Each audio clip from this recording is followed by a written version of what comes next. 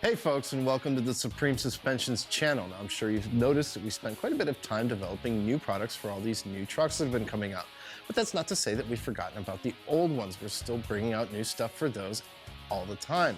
Such an old truck is in our shop right now. It's a 2001 Ford F250 and it's got the 7.4 liter engine in it. What we're gonna do is put a little lift in the front to get it ready for a new set of wheels and tires, and while we're under there, we're gonna install an adjustable track bar to help get that alignment back into check. So let's roll it in and see how she does. Drop those front wheels and support the front axle. Remove the brake calipers and hang them out of the way. Disconnect the sway bar links. Disconnect the shocks from the axle.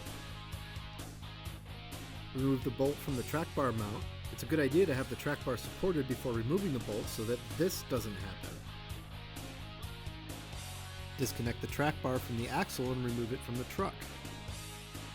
Disconnect the U-bolts and remove those little backing plates from under the axle. Now gently lower the front axle. Install large clamps under the spring pack on either side of the axle so that the spring stays aligned once it's apart. Remove the center pins holding the spring packs together. Install the leveling packs under the springs and secure them with the included bolts. And remove those C-clamps.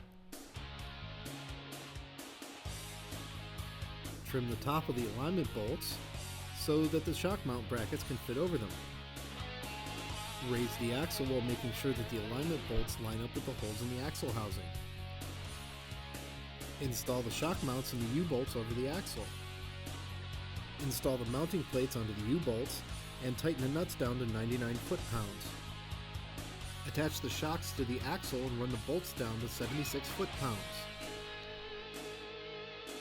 Reinstall the brake calipers and run the slider bolts to 42 foot-pounds. Reattach the vacuum lines for the automatic hubs. Reinstall the track bar into the front of the truck. Tighten both the upper and lower mounts to 406 foot-pounds. Once the track bar is installed, make sure that those adjusters are snugged down. Reattach those sway bar links and run the nuts down to 80 foot-pounds. And once you get the wheels put back on, you're ready to roll. So our old F250 did really well in the shop today. Everything got nice and installed, all clean, and we're really thrilled with how it's sitting now.